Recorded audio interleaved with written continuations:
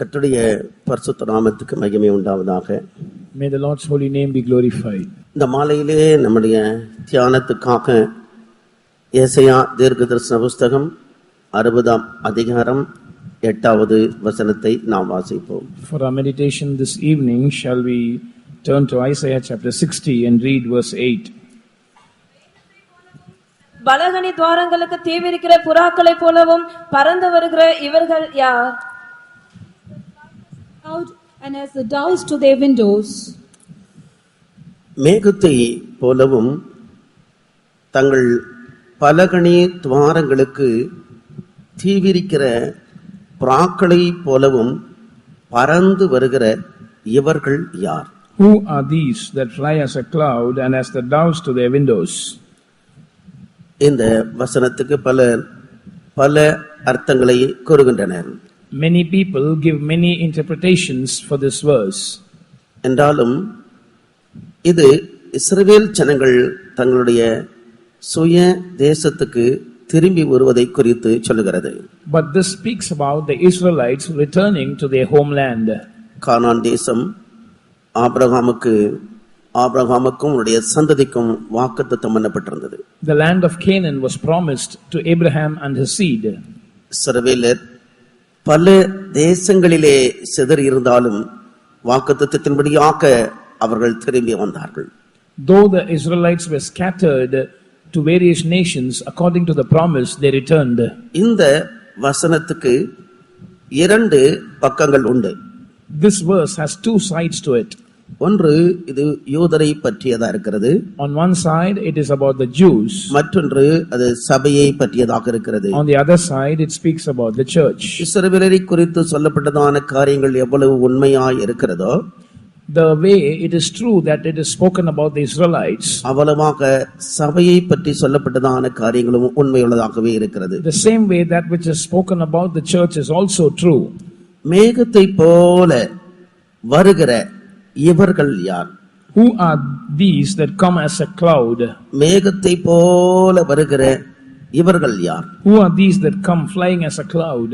பூமியின் மேல் நீர் நிலைகளில் தேங்கி இருக்கிறதான தண்ணீர், குறிப்பாக கடல் தண்ணீர் சூரிய வெப்பத்தினாலே நீராவியாக மாறி மேலே உயர்த்தப்பட்டு மேகமாக மாறுகிறது. The water that is stagnant in water bodies, particularly in the seas and oceans, is turned into vapor by the heat of the sun, and it becomes the cloud that is seen above us. அதுபோல நீதியின் சூரியனாகிய இயேசு பூமியின் 4 பகுதிகளிலும் உள்ள தமது பரிசுத்தவான்களை தம்மோடு சேர்த்துக் கொள்ளும்படியாக 2வது முறையாக இந்த பூமியிலே வெளிப்பட போகிறார். Even so, Jesus, who is the Son of Righteousness, is going to appear upon this earth for the second time to gather all his saints who are நடுவானில் வெளிப்பட போகிறார். He is going to appear in the mid-air to gather the saints who are on all 4 sides of the earth. அன்றைக்கு கர்த்ததாமே ஆரவாரத்தோடும் பிரதான தூதனுடைய சத்தத்தோடும் தேவ எக்காலத்தோடும் வானத்திலிருந்து இறங்கி வருவார். On that day, the Lord himself shall descend from heaven with a shout, with the voice of the archangel and with the trump of God. அப்பொழுது கிறிஸ்துவுக்குள் மரித்த பரிசுத்தவான்கள் முதலாவது எழுந்து இயேசுவோடு சேர்த்துக் கொள்ளப்படுவார்கள். At that time, the saints who are dead in Christ shall arise first and will be gathered with the Lord. பின்பு உயிரோடு இருக்கும் நாமும் கர்த்தருக்கு எதிர்கொண்டு போக மேகங்கள் மேல் எடுத்துக்கொள்ளப்பட்டு இவ்விதமாய் எப்பொழுதும் கர்த்தருடனே கூட இருப்போம். Then we which are alive and remain shall be caught up together with them in the clouds to meet the Lord in the air, and so shall we be ever with the Lord. அந்த நாளுக்காக தான் இந்த பூமியில் இருக்கிறதான அவருடைய பரிசுத்தவான்கள் ஆயத்தப்பட்டுக் கொண்டிருக்கிறார்கள்.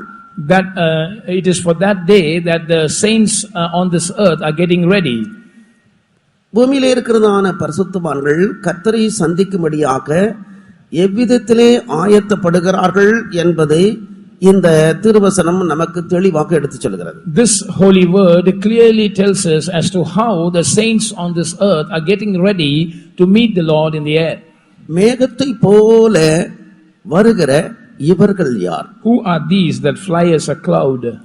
கர்த்தருடைய வருகையிலே எடுத்துக்கொள்ளப்படுகிறதான பரிசுத்தவான்கள் மேகத்தை போன்றவர்கள் என்று இந்த வசனம் தெளிவாக நமக்கு சொல்லுகிறது. This verse clearly tells us that the saints who will be caught up at the coming of the Lord are like clouds.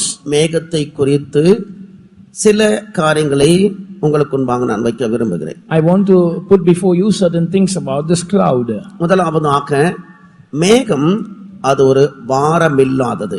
First of all, cloud is something that has no weight. அதனால்தான் அது பூமியிலிருந்து உயர்த்தப்பட்டு உயரத்திலே காணப்படுகிறது. That is why it is lifted up from above the earth and it is seen in high places. கர்த்தருடைய வருகையில் எடுத்துக்கொள்ளப்படுகிறதான பரிசுத்தவான்கள் கூட அவர்கள் உலக கவலையற்றவர்கள் பாரம் இல்லாதவர்களாக இருக்கிறார்கள்.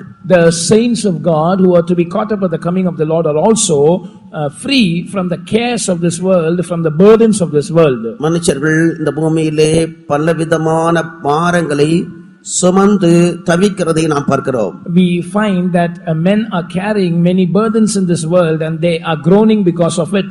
எல்லா பாரங்களிலேயும் சுமக்க கூடாத ஒரு பாரம் இருக்குமானால் அது அக்கிரமம் என்று சங்கீதக்காரன் சொல்லுகிறான். The psalmist states that among all the burdens, if there is a burden that cannot be carried by man, it is the burden called iniquity. சங்கீதம் 38:4 நாம் அதை வாசிக்கிறோம். We read about that in Psalm 38 and verse 4. என் அக்கிரமங்கள் என் தலைக்கு மேலாக பெருகிற்று. My iniquities have gone over my head. அவைகள் பார சுமையைப் போல என்னால் தாங்கக்கூடாத பாரமாயிற்று. And they are something I cannot bear, which is above my head. எத்தனையோ பாரங்கள் உண்டு, அவைகளிலே தாங்கக்கூடாத ஒரு பாரம் இருக்குமானால் அது அக்கிரமம் சுமந்து கொண்டிருக்கிற அக்கிரமம் சுமக்கிறதான அந்த சுமக்கிற அக்கிரமம் தான் பாரம் என்று சொல்லப்பட்டிருக்கிறது. There are so many burdens, but if there is a burden that cannot be carried by man, it is called iniquity. ஏசாயா தீர்க்கதரிசனம் 1:4 அதை நாம் பார்க்கிறோம். We read about that in Isaiah chapter 1 and verse 4 also. ஐயோ பாவமுள்ள சாதியும் அக்கிரமத்தால் பாரம் சுமந்த ஜனமும் பொல்லாதவர்களின் சந்ததியும் கேடு உண்டாக்குகிற புத்திரருமாய் இருக்கிறார்கள், கர்த்தரை விட்டு பின்வாங்கி போனார்கள் என்று ஏசாயா சொல்லுகிறார். Isaiah says, sinful nation, a people laden with iniquity, a seed of evildoers, children that are corrupters, they have forsaken the Lord. பாவத்திலும் அக்கிரமத்திலும் ஜீவித்து தேவனை விட்டு தூரமா இருக்கிறதான அந்த வாழ்க்கையானது தாங்கக்கூடாததான பாரமுள்ள வாழ்க்கை என்று கர்த்தருடைய வசனம் சொல்லுகிறது. The word of God tells us that a life that is full of sin and iniquities and is burdened, and the man is departed from the Lord, his life is something he cannot carry. அதே போல நீதிமொழிகளின் புஸ்தகம் 27:3 நாம் வாசிக்கும் பொழுது, Similarly, when we read Proverbs chapter 27 and verse 3, கல் கனமும் மணல் பாரமுமாம் என்று நாம் படிக்கிறோம். we read that stone is heavy and the sand is weighty. கல் கனமும் மணல் பாரமுமாம். A stone is heavy and the sand is weighty. இங்கே கல் என்று சொல்வதை குறித்தும் மணல் என்று சொல்வதை குறித்தும் திருவசனத்திலே எவ்விதத்திலே இது பாரமாக மாறுகிறது என்பதை நாம் பார்க்கலாம். From the light of the word of God, we can understand as to how the stone and the sand becomes weighty. எசேக்கியேல் தீர்க்கதரிசன புஸ்தகம் 11:19 நாம் வாசிக்கும் பொழுது, when we read Hezekiel chapter 11 and verse 19, அவர்கள் மாம்சத்தில் கல்லான இருதயம் இருப்பதாக எசேக்கியேல் கூறுகிறார். Ezekiel says that in their heart is the stony heart, in their flesh is a stony heart. அதன் அர்த்தத்தை எபிரேயருக்கு எழுதின நிருபக்காரர் எடுத்து சொல்லுகிறார். The writer to the Hebrews explains the meaning of this verse. எபிரேயர் 3:13 நாம் வாசிக்கும் பொழுது, when we read Hebrews chapter 3 and verse 13, பாவத்தின் வஞ்சனையினாலே ஒருவனாகிலும் கடினப்பட்டு போகாதபடி என்று சொல்லுகிறார். lest any of you be hardened through the deceitfulness of sin, he says. பாவம் வஞ்சனை உள்ளது. Sin is deceitful. வஞ்சனை என்றால் வெள்ளி பூச்சு பூசிய ஒரு ஓடு போல. Sin is something which is a plate that is coated with silver. வெளியே பலபல என்றது தெரிந்தாலும் அது உள்ளே மண் ஓடாகவே இருக்கிறது. Outwardly it shines, but inwardly is clay.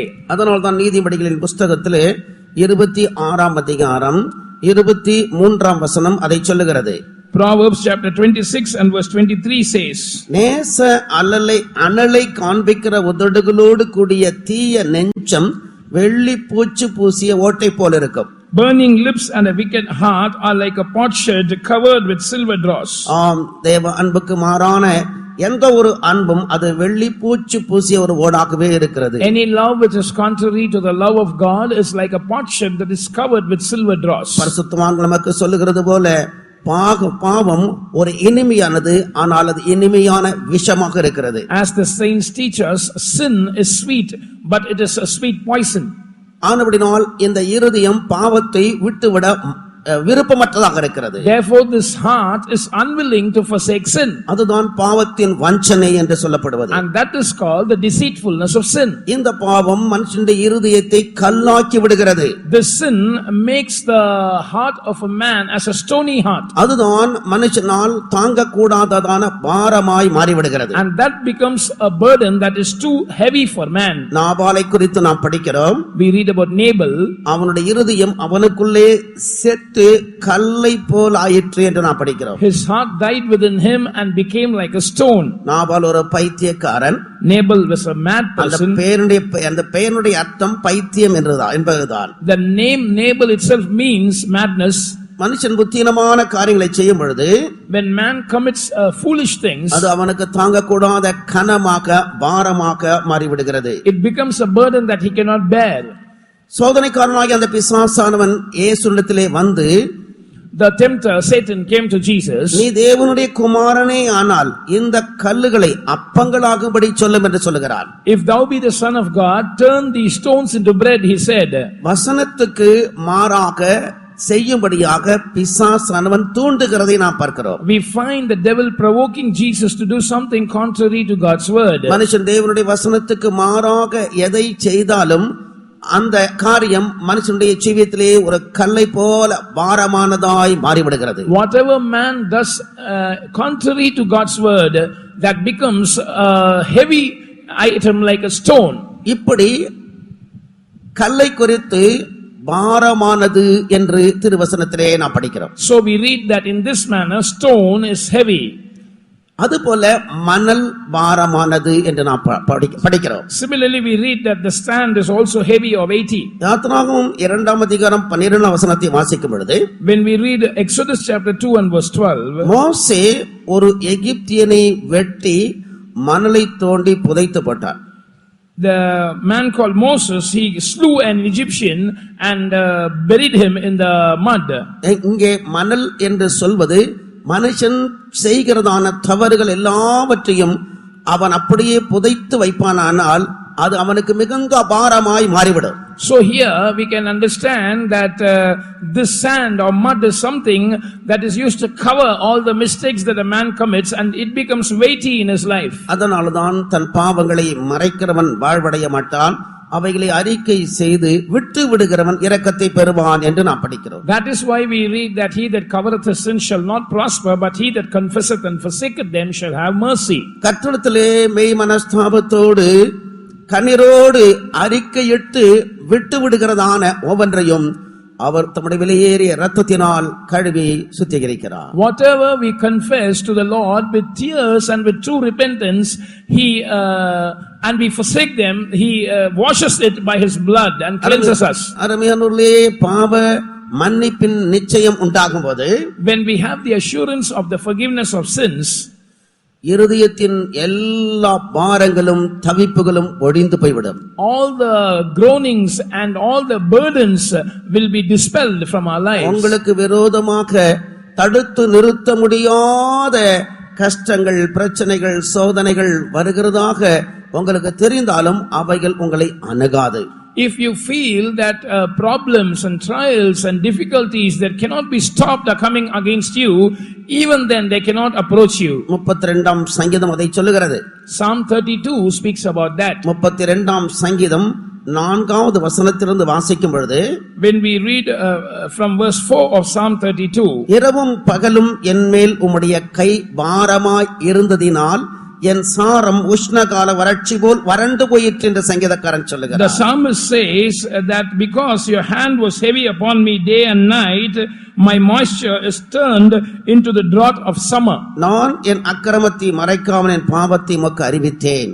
I acknowledged my sin unto thee, and mine iniquity have I not hid. என் மீறுதல்களை கர்த்தருக்கு அறிக்கையிடுவேன் என்றேன். And I said, I will confess my transgressions unto the Lord. தேவரீர் என் பாவத்தின் தோஷத்தை மன்னித்தீர்.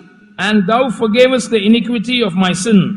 அதற்காக சகாயம் கிடைக்கும் காலத்தில் பக்தி உள்ளவன் எவனும் உம்மை நோக்கி விண்ணப்பம் பண்ணுவான். For this shall everyone that is godly pray unto thee in a time when thou mayest be found. அப்பொழுது மிகுந்த ஜலப்பிரவாகம் வந்தாலும் அது அவனை அணுகாது. Surely in the floods of great waters they shall not come nigh unto him. பாவங்களை அறிக்கையிட்டு விட்டு விடுகிற வேளையிலே இரக்கத்தை பெற்று தேவனுடைய இரக்கத்தை பெற்று பாவ மன்னிப்பை அடைந்து கொள்ளுகிற வேளையிலே அவனுக்கு விரோதமாக ஒரு ஜல பிரவாகமே வந்தாலும் அணுகாது என்று கர்த்தர் வாக்குத்தத்தமாக இங்கே சொல்லுகிறார். When a man confesseth and forsaketh his sins and receives the mercy of God and the forgiveness of sin following that, though floods of great waters might come against such a man, it shall not attack him or it shall not harm him, says the Lord. As a promise. ஏனது அணுகாது? Why it shall not come nigh unto him? கீழே வாசிக்கும் பொழுது நீர் எனக்கு மறைவிடமாயிருக்கிறீர் என்று சொல்லுகிறார். The following verse he says, thou art my hiding place. பாவ மன்னிப்பின் நிச்சயத்தை உடைய ஒரு தேவனுடைய பிள்ளைக்கு தேவன் மறைவிடமாய் மாறிவிடுகிறார். To a child of God who has the assurance of his sins being forgiven, God becomes his hiding place.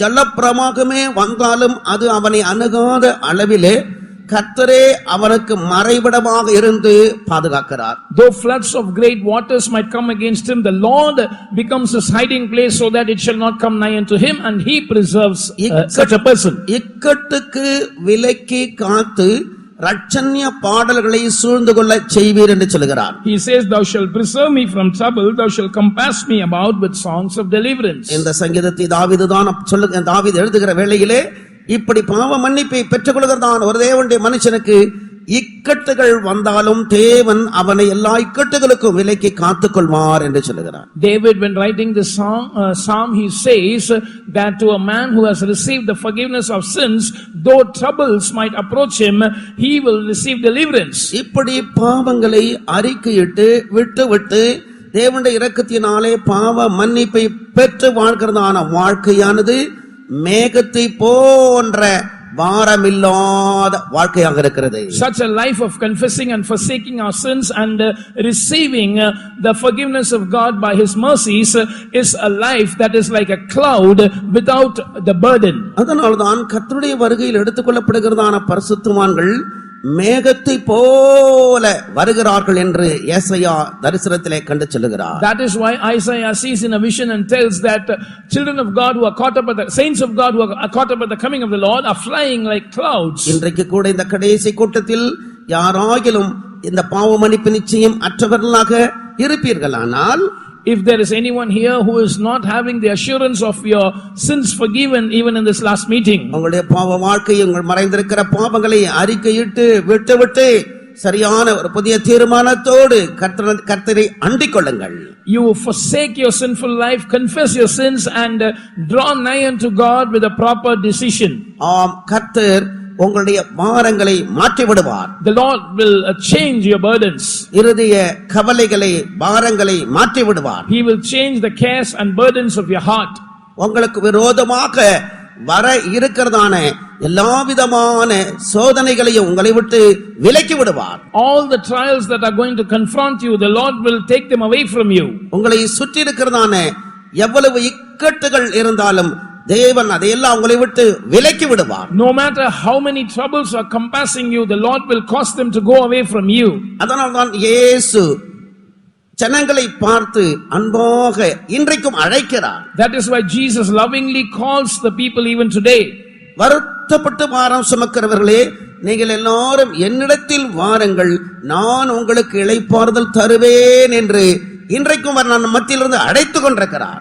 He says, being in our midst even today, come unto me all ye that labor and are heavy laden, and I will give you rest. வருத்தப்பட்டு பாரம் சுமக்கிறவர்களே, all ye that labor and are heavy laden. இப்படிப்பட்டதான அக்கிரமங்கள் பாவங்களை சுமந்து கொண்டு பாவ மன்னிப்பு நிச்சயமற்றவர்களாய் இருக்கிறதான பாரம் சுமப்பவர்களே என்னிடத்திலே வாருங்கள் என்று அன்பாக அழைக்கிறார். All those who are heavy laden because of the burdens of sins and iniquities without forgiveness of sins, come unto me, he says. இயேசு மனுஷனுடையவைகளை அவர் கேட்கவில்லை, மனுஷனுடைய இருதயத்தை தான் அவர் கேட்கிறார். Jesus does not ask for things that pertain to a man, he asks for the heart of a man. ஆம், இருதயத்தை கர்த்தரிடத்திலே கொடுப்பீர்களானால் If you will give your heart to God, அதில் இருக்கிறதான எல்லா பிரச்சனைகளை அவர் மாற்றுவார். he will change all the problems in your heart. எல்லா பாரங்களையும் கவலைகளையும் மாற்றுவார். He will remove all the burdens and cares in your heart. தம்முடைய இளைப்பாறுதலை அதிலே அவர் வைப்பார். He will put his rest in your heart. நாம் இங்கே ஆவியில் நிறைந்த நேரத்தில் கூட பரிசுத்த ஆவியான நம்மோடு பேசினார். When we were getting filled in the Spirit, the Holy Spirit spoke to us. நீங்கள் பலவிதமான பாரங்களோடு கூட இருக்கிறீர்கள். You are remaining with many burdens. தேவையில்லாத பலவிதமான பாரங்களோடு இருக்கிறீர்கள். You are remaining with many unnecessary burdens. நான் உங்களுடைய பாரங்களை உங்களிலிருந்து எடுத்து போட்டு எனக்காக பாரமடைய, எனக்காக கவலைப்பட, என்னுடைய பாரத்தை உங்கள் இருதயத்திலே வைக்க விரும்புகிறேன் என்று சொன்னார். He said, I want to take away your unnecessary burdens from you and I want to place my burdens in you so that you will be burdened for things pertaining to me. எத்தனை பேர் கர்த்தருடைய பாரத்தை சுமக்கும்படியாய் உங்களுடைய இருதயத்தை கர்த்தருக்கு கொடுக்க விரும்புகிறீர்கள்? How many of you want to yield your hearts to God in order to bear the burdens of the Lord? கர்த்தருக்கு உங்களுடைய இருதயத்தை கொடுங்கள்.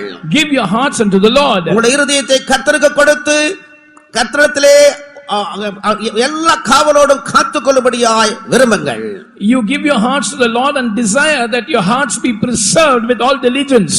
அந்நிய வல்லமைகளுக்கு இருதயத்தை திறந்து கொடாதபடி கர்த்தருக்கே கொடுத்ததாக இருக்கும்படி உங்களுடைய இருதயத்தை காத்துக்கொள்ளுங்கள். Preserve your heart in diligence so that your heart is not open to the wrong things, to the strange thing, but it is given to the Lord alone. இப்படி கர்த்தருடைய வருகையிலே எடுத்துக்கொள்ளப்படுகிற பரிசுத்தவான்கள் பாரமற்றவர்களாக, வருத்தத்தோடு கூடிய பாரமற்றவர்களாக மேகத்தை போல உயரப் போகும்படி எடுத்துக்கொள்ளப்பட ஆயத்தப்படுகிறார்கள். In this manner, the saints who are preparing to be caught up at the coming of the Lord are without burdens, without being laboring with heavy laden burdens, and they are getting ready for the coming of the Lord. இரண்டாவதாக, Secondly, இந்த மேகத்தை குறித்து ஆதியாகமம் 9ஆம் அதிகாரம் 13வது வசனத்திலே நாம் படிக்கிறோம். we read about this cloud in Genesis chapter 9 and verse 13. ஆதியாகமம் 9:13. Genesis 9:13.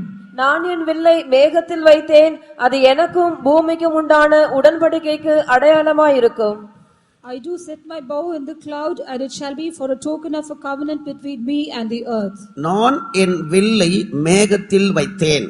I do set my bow in the cloud. அது எனக்கும் பூமிக்கும் உண்டான உடன்படிக்கைக்கு அடையாளமாக இருக்கும். And it shall be for a token of a covenant between me and the earth. இங்கே மேகம் என்று சொல்வது உடன்படிக்கையை காட்டுகிறது. Here cloud speaks about a covenant. ஆண்டவராகிய இயேசுவிடத்திலே நீங்கள் வரும்பொழுது, when you come to the Lord Jesus, அவருடைய வசனத்துக்கு நீங்கள் செவி சாய்த்து உம்முடைய வசனத்தின்படி நான் செய்கிறேன் என்று நீங்கள் ஒப்புக்கொடுப்பீர்களானால், if you will hearken to his word and surrender yourself saying that I will do according to your word, அவர் உங்களுடைய பாவங்களை மன்னிக்கும்படியாக விலையேறிய இரத்தத்தை உங்கள் மேல் தெளித்து விடுகிறார். he is sprinkling his precious blood upon you in order to forgive your sins. மட்டுமல்ல, அவர் உங்களோடு உடன்படிக்கை பண்ணிக்கொள்கிறார். Not only that, he makes a covenant with you. அவருடைய இரத்தத்தினால் ஆகிய ஒரு புதிய உடன்படிக்கையை அவர் செய்து கொள்கிறார். he makes a new covenant by his blood. அந்த இரத்தத்தினால் ஆகிய புதிய உடன்படிக்கைக்குள் இருக்கிற வரையிலேயும், as long as you remain within that covenant by his blood, பாவம் உங்களை மேற்கொள்ளுகிறது இல்லை. sin will not prevail over you. கிறிஸ்துவின் இரத்தத்தினால சத்துரு உங்களை மேற்கொள்ளாதபடி சத்துருவை நீங்கள் மேற்கொள்ளலாம். By the blood of Christ, the enemy cannot prevail against you, rather you can prevail over the enemy. உங்களுடைய ஒவ்வொரு அவயவத்தையும் பரிசுத்தத்தை நடப்பிக்கிற நீதியின் ஆயுதமாக்க அவரிடத்திலே ஒப்பு கொடுக்கிற வேளையிலே அவர் தம்முடைய பரிசுத்த ரத்தத்தை தெளித்து உங்களோடு உடன்படிக்கை பண்ணி விடுகிறார். When you yield every member of your body as instruments of righteousness to do holiness, he is sprinkling his holy blood upon you. தொடர்ந்து இந்த உடன்படிக்கையை காத்துக்கொள்ளும்படியாய் அவருடைய ரத்தத்துக்கு உங்களை ஒப்புக்கொடுங்கள். So in order to preserve this covenant hereafter, yield yourself to his blood. எப்பொழுதும் அவருடைய ரத்தத்தினால் மூடப்பட்டிருங்கள். Always be covered by his blood. உங்களுடைய சரீரத்தில் ஒவ்வொரு அவயவத்தின் மேலும் இயேசுவின் ரத்தம் தெளிக்கப்பட்டிருக்கட்டும். Let the blood of Jesus be sprinkled upon every member of your body. அந்த ரத்தத்தை காணும் பொழுது சத்துரு ஓடிப்போய் விடுவான். When the enemy sees that blood, he will flee away.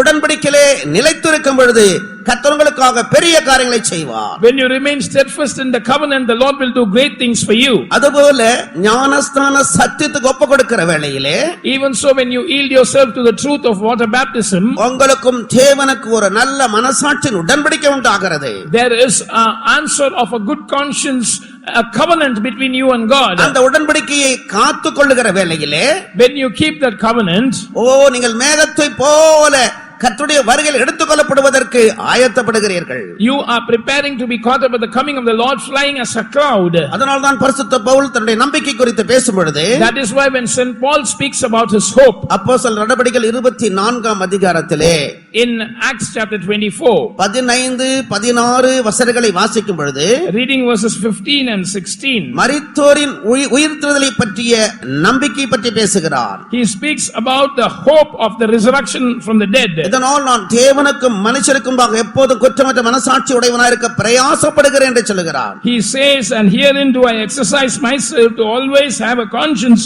void of offense toward God and towards men. கர்த்தருடைய வருகையில் எடுத்துக்கொள்ளப்படுகிற பரிசுத்தவான்கள் அவரோடு இருக்கிற உடன்படிக்கையை காத்துக்கொள்ளும்படியாக விரும்புகிறார்கள்.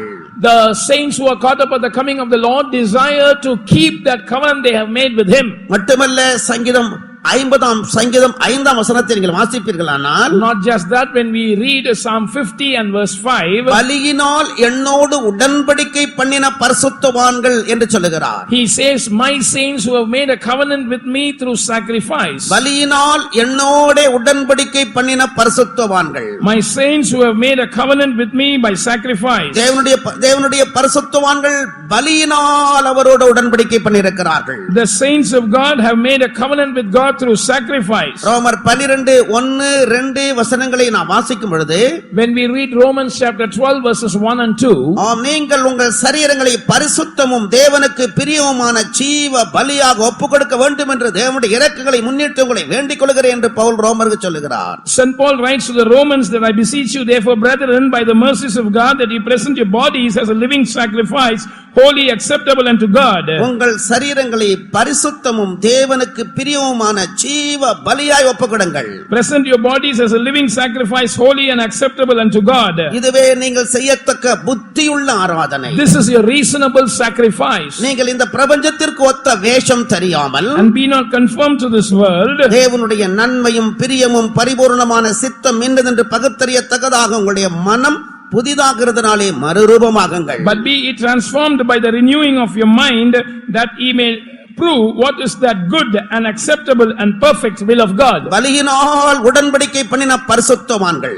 Saints who have made a covenant with the Lord through sacrifice. விசேஷமாக மிக சிறந்த பலி அல்லது தேவனிடத்திலே நமக்கு இருக்கிறதான அவருடைய பெரிய அன்பை காட்டுவதற்குள்ள ஒரே வழி நம்முடைய சித்தத்தை பலியாக்குவதுதான். So the best sacrifice or the best way to express the love that we have towards God is to sacrifice our will.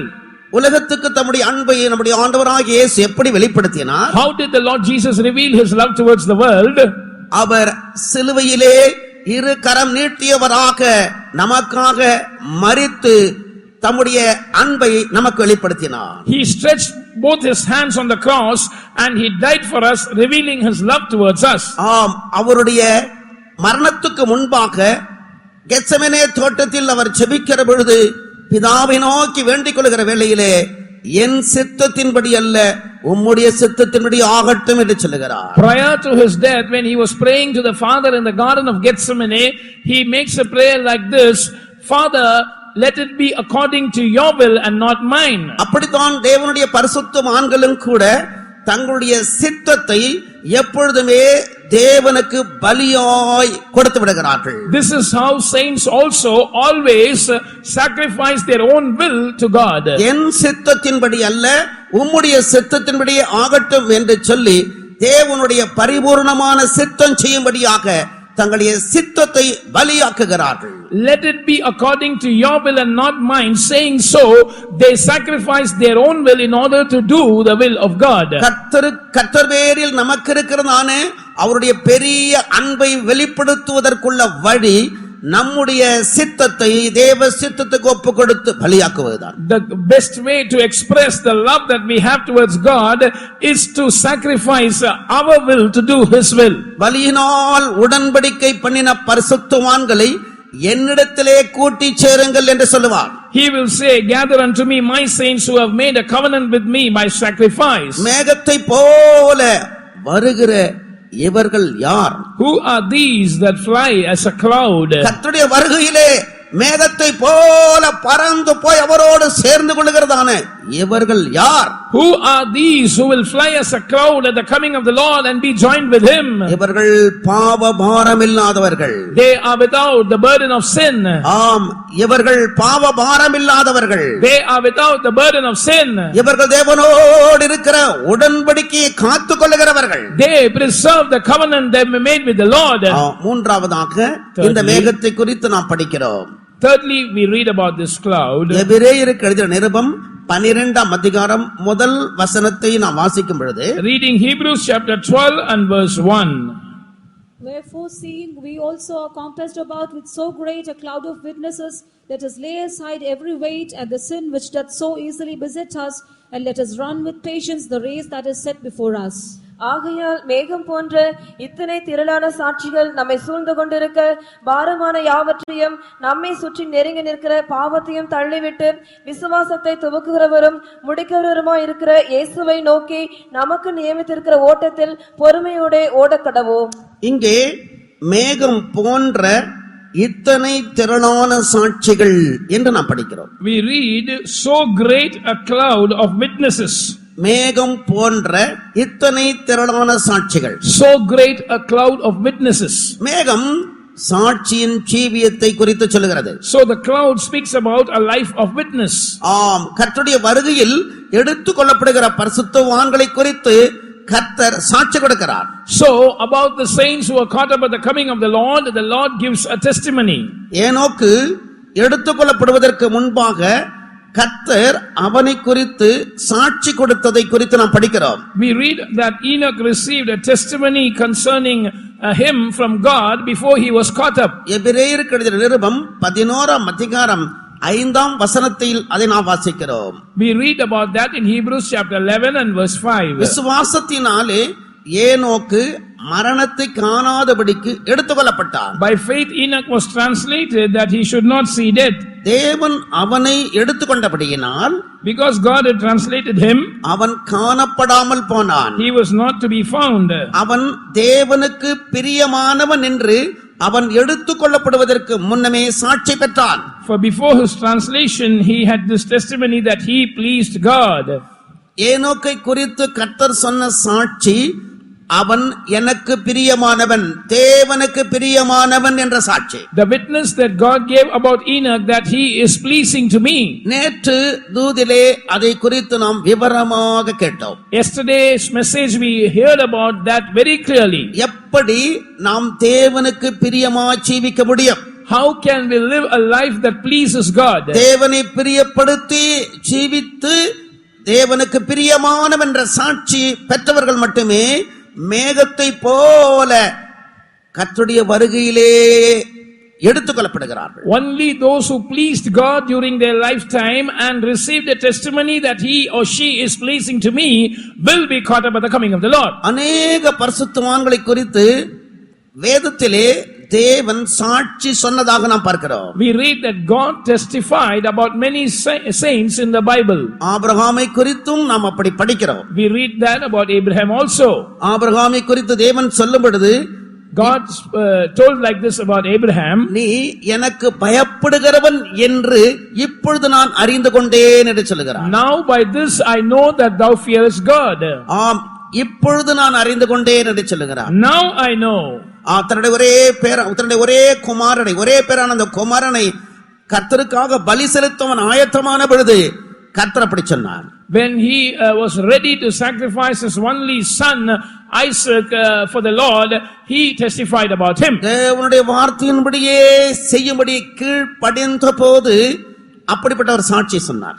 The Lord gave such a witness about Abraham when he obeyed to do what the Lord told. காலேபை குறித்து யோசுவாவை குறித்தும் கர்த்தர் அவர்கள் உத்தமமாய் என்னை பின்பற்றினார்கள் என்று சொல்லுகிறார். About Caleb and Joshua also the Lord testifies that they have followed me wholeheartedly. அவர்களும் கர்த்தர் எங்கள் மேல் பிரியமாய் இருப்பாரானால் அந்த தேசத்தை எங்களுக்கு தருவார் என்று சொல்லி அவருக்கு பிரியமாகவே இருக்கும்படியாக விரும்பினார்கள். Even they desired to live a life pleasing to God, and that is why they said, if the Lord be pleased with us, he will give us that land.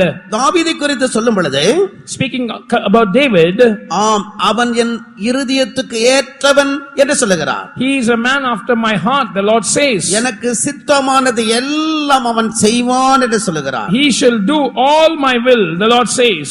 இப்படி எத்தனையோ பரிசுத்தவான்களை குறித்து வேதம் அப்படி தெளிவாக சொல்லுகிறது. So the word of God clearly quotes testimonies about certain men of God. யோபுவை குறித்து கூட அப்படிப்பட்ட சாட்சியை நாம் பார்க்கிறோம். We also read such a testimony about Job. இயேசு கூட நான் சத்தியத்தை குறித்து சாட்சி கொடுக்க வந்தேன் என்று சொன்னார். Jesus also said about himself that I have come to testify about the truth. பேதுரு தம்முடைய நிருபத்தில் எழுதும் பொழுது, when Peter writes in his epistle, கிறிஸ்துவின் பாடுகளுக்கு சாட்சியாய் இருக்கிற நான் என்று சொல்லுகிறார். he says, I who am a witness for the sufferings of Christ. கிறிஸ்துவின் பாடுகளுக்கு சாட்சியாய் இருக்கிற நான். I who am a witness to the sufferings of Christ. கர்த்தர் பவுலை பார்த்து சொல்லுகிறார், நீ என்னை குறித்து ரோமாவிலும் சாட்சி கொடுக்க வேண்டும் என்று சொல்லுகிறார். The Lord told Paul that you must also testify about me in Rome. என்னுடைய நாமத்தை குறித்து நீ சாட்சி சொல்ல வேண்டும். You must testify about my name. இயேசுவின் நாமத்தை குறித்து சாட்சி என்று சொன்னால் அவருடைய உபதேசங்களை குறித்து, அவருடைய சுபாவங்களை குறித்து சொல்லுகிறதான சாட்சி. So the testimony about the name of Jesus means the testimony that we have about his character and about his doctrines. அப்போஸ்தலர்கள் இயேசுவின் உயிர்த்தெழுதலை குறித்து பலமாய் சாட்சி கொடுத்தார்கள். We read that the apostles gave a strong witness about the resurrection of Jesus Christ. அவர்கள் அந்த உயிர்த்தெழுதலின் வல்லமையினால் நிறைந்தவர்களாக இருந்தார்கள். They were full of that resurrection power. இப்படிப்பட்டதான சாட்சியை நாம் எப்படி பெற்றுக்கொள்ள முடியும்? How can we receive such a testimony? அப்போஸ்தலர் நடபடிகள் 1 அதிகாரம் 8 வசனம் அதை குறித்து சொல்லுகிறது. Acts chapter 1 and verse 8 speaks about that. உன்னதத்தின் பலன் உங்கள் மேல் வரும். You shall be endued by power from on high. உன்னதத்தின் பலன் உங்கள் மேல் வரும், அப்பொழுது நீங்கள் பலன் அடைந்து எனக்கு சாட்சிகளாய் இருப்பீர்கள். When the power from on high comes on you, then you will receive power and be witnesses unto me. நம்மை சாட்சியாக மாற்றுவது அபிஷேகம்தான் பிரியமானவர்களே. Beloved ones, it is the anointing that makes us as witnesses. அதனால்தான் தேவனுடைய பிள்ளைகள் எப்பொழுதுமே ஆவியில் நிறைந்து இருப்பதை விரும்ப வேண்டும். That is why children of God must always desire to be full of the Holy Spirit. அபிஷேகத்தால ஆவியிலே நிறைந்து இருப்பீர்களானால் அது உங்களுடைய எல்லா பிரச்சனைகளுக்கும் போதுமானதாக இருக்கிறது. If you are full of the Spirit by the anointing, that is sufficient for all your problems. சமீபத்திலே ஒரு தீர்க்க தரிசனத்திலே கர்த்தர் பேசினார். Recently the Lord spoke in a prophecy. என் அபிஷேகம் உனக்கு போதும் என் மகனே என்று சொன்னார். He said, my son, my anointing is enough for you. நான் மிகவும் அந்த வார்த்தையினால் தொடப்பட்டேன். I was really touched by that word. என் கிருபை உனக்கு போதும் என்று தான் கர்த்தர் சொல்லி இருக்கிறார். The Lord has said that my grace is sufficient for you. என் அபிஷேகம் உனக்கு போதும் என்று சொன்னார். But in the prophecy he said, my anointing is sufficient for you. அபிஷேகம் என்று சொல்வது கிருபையின் ஆவிதான். Anointing is also the spirit of grace. பரிசுத்த ஆவியானவருக்கு இன்னொரு பெயர் தான் கிருபையின் ஆவி. Another name for the Holy Spirit is the spirit of grace. என் கிருபை உனக்கு போதும். My grace is sufficient for thee. அபிஷேகம் உனக்கு போதும். My anointing is sufficient for thee. கர்த்தருடைய வருகை நாம் எடுத்துக்கொள்ளப்படுவதற்கு நம்மை சாட்சி உள்ளவர்களாய் மாற்ற அபிஷேகம் போதுமானதாக இருக்கிறது. For us to be caught up at the coming of the Lord, for us to be made witnesses to be caught up at the coming of the Lord, anointing is sufficient. ஆனபடியால் எல்லா கூட்டங்களிலேயும் பரிசுத்தவான்கள் தேவ ஜனங்கள் ஆவியிலே நிறைய வேண்டும் என்று விரும்புகிறார்கள். That is why the saints desire that the people of God are filled with the Spirit in every meeting. நீங்கள் கேட்டீர்கள், இந்த நாட்களிலே ஆவியின் நிறைவு என்று சொல்வது ஏதோ காலத்தை கடத்துவதற்கான ஒரு ஒரு ஒரு ஒரு சந்தர்ப்பம் என்று நீங்கள் எண்ணக்கூடாது என்று சொன்னார்கள். You heard during these days the saint told us that you must not think that we are getting filled in the Spirit to while away time. ஆம், ஆவியின் நிறைவு நம்முடைய கூட்டங்களிலே மிக மிக முக்கியமானதாக இருக்கிறது. The time of infilling of the Spirit is very very important in our meetings. உங்களுடைய வீட்டு ஜெபங்களில் கூட ஆவியின் நிறைவிலிருந்து ஜெபித்து பழக வேண்டும். Even in your family prayers you must pray by getting filled in the Spirit. அது எவ்வளவு பெரிய ஆசீர்வாதங்கள் உண்டு என்பதை நாம் நேற்று கேள்விப்பட்டோம். Yesterday we heard how great a blessing it contains. ஆவியின் நிறைவுதான் கர்த்தர் உங்களுக்கு கொடுக்கிற மகிமை. The infilling of the Spirit is the glory that the Lord gives you. அது அந்த மகிமையை காணும் பொழுது சத்துரு உங்களை நெருங்க முடியாது. When the enemy sees that glory, he cannot approach you. நான் அவர்கள் நடுவில் மகிமையாயிருந்து என்று சொல்லுகிறார். The Lord says, I will be a glory in their midst. அபிஷேகத்தால் நிரப்பப்பட்டிருப்பீர்களானால் உங்கள் நடுவிலே அவர் மகிமையா இருக்கிறார். If you are full of the anointing, the Lord is as glory in your midst. கர்த்தருடைய மகிமை உங்களுக்குள் இருக்குமானால், if the glory of God resides in you, அவர் உங்களை சுற்றிலும் அக்கினி மதிலாயிருப்பார் என்று வாக்கு பண்ணுகிறார். He promises to be a wall of fire around you. சகரியா புத்தகத்திலே 2ஆம் அதிகாரம் 4ஆம் வசனத்தில் இதை படிக்கிறோம். We read about that in the book of Zechariah chapter 2 and verse 4. வாசிங்க. நான் அதற்கு சுற்றிலும் அக்கினி மதிலாயிருந்து அது நடுவில் மகிமையாக இருப்பேன் என்று கர்த்தர் சொல்லுகிறார். நான் அதை சுற்றிலும் அக்கினி மதிலாக இருந்து அதன் நடுவில் மகிமையா இருப்பேன். For thus saith the Lord, I will be unto her a wall of fire round about and will be the glory in the midst of her. அந்த வசனத்தின் அர்த்தம் என்ன என்றால், what is the meaning of that? நான் அதன் நடுவில் மகிமையா இருக்கிறபடியாலே அதை சுற்றிலும் அக்கினி மதிலா இருப்பேன். Because I am in the midst of her as a glory, I will be a wall of fire round about it. நீங்கள் ஆவியிலே நிறைந்தவர்களாக இருப்பீர்களானால் உங்களுக்கு விரோதமாக மந்திரங்கள், பில்லி சூனியங்கள், பேய் பிசாசின் எந்த ஒரு வல்லமையும் செயல்பட முடியாமல் போய்விடும். If you are full of the anointing, no witchcraft or enchantment or the powers of the devil will be able to work against you. அது உங்களை தேவனுடைய பிள்ளை என்கிறதான சாட்சி உடையவர்களாய் மாற்றிவிடும். That will make you having a witness that you are the child of God. ஆம், பிசாசுகளே உங்களை பார்த்து சொல்லும் அவன் தேவனுடைய பிள்ளை என்று. The demons will look at you and say he is a child of God. ஆனபடியால் மேகத்தை போல பறந்து போகிற இவர்கள் யார்? Who are these that come flying as a cloud? கர்த்தருடைய வருகையிலே மேகத்தை போல பறந்து போகிறவர்கள், இப்படி தங்களுடைய ஜீவித்தை சாட்சியாய் காத்துக் கொள்ளுகிறவர்கள். Those who fly away like a cloud at the coming of the Lord are those who preserve their life in testimony. நான்காவதாக, Fourthly, யாத்ராகமம் 40ஆம் அதிகாரம் 34வது வசனத்தை நாம் வாசிப்போம். let us read Exodus chapter 40 and verse 34. Then a cloud covered the tent of the congregation and the glory of the Lord filled the tabernacle. அப்பொழுது ஒரு மேகம் ஆசரிப்பு கூடாரத்தை மூடினது, கர்த்தருடைய மகிமை வாசஸ்தலத்தை நிரப்பிற்று. மேகம் வாசஸ்தலத்தை நிரப்பிற்று. The cloud, மேகம் வாசஸ்தலத்தை மூடிற்று, கர்த்தருடைய மகிமை வாசஸ்தலத்தை நிரப்பிற்று. we read a cloud covered the tent of the congregation and the glory of the Lord filled the tabernacle. கர்த்தர் மோசேக்கு சொன்னபடியே அந்த கூடாரத்தை, அந்த வாசஸ்தலத்தை மோசே செய்து முடித்திருந்தார். Moses had finished the work of that tent and the tabernacle according as the Lord had told him. அப்பொழுது கர்த்தருடைய மேகம் வாசஸ்தலத்தை மூடிற்று. And then a cloud covered the tent of the congregation. கர்த்தருடைய மகிமை வாசஸ்தலத்தை நிரப்பிற்று. The cloud of the Lord filled the tabernacle. ஆம், கர்த்தருடைய மகிமை தேவ ஜனங்கள் நடுவிலே வந்து தங்கிற்று. The glory of the Lord came to reside in the midst of the people of God. அவர்கள் எகிப்திலே இருந்த நாட்களில் இப்படிப்பட்டதான கர்த்தர் அவர்கள் நடுவிலே வந்து வாசம் பண்ண முடியவில்லை.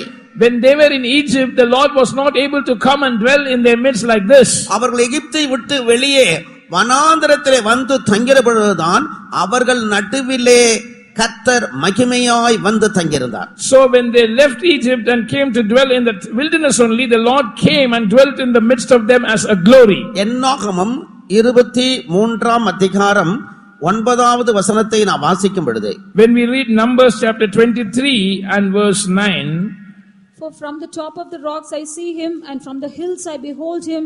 Lo, the people shall dwell alone, and shall not be reckoned among the nations. கண்மலை உச்சியிலிருந்து நான் அவனை கண்டு குன்றுகளிலிருந்து அவனை பார்க்கிறேன். அந்த ஜனங்கள் ஜாதிகளோட கலவாமல் தனியே வாசமாயிருப்பார்கள். கண்மலையிலிருந்து நான் அவனை கண்டு குன்றுகளிலிருந்து அவனை பார்க்கிறேன். For from the top of the rock I see him, and from the hills I behold him. அந்த ஜனங்கள் ஜாதிகளோட கலவாமல் தனியே வாசமாயிருப்பார்கள். Lo, the people shall dwell alone and shall not be reckoned among the nations. தேவனுடைய ஜனங்கள் ஜாதிகளோடு கலவாமல் தனியே வாசமாயிருந்தார்கள். The people of God were not reckoned, or they did not mix themselves with the nations, but they dwelt alone. அவர்கள் ஜாதிகளோடு கலந்திருந்த நாட்களிலே தேவன் அவர்கள் நடுவிலே வந்து வாசம் பண்ண முடியவில்லை.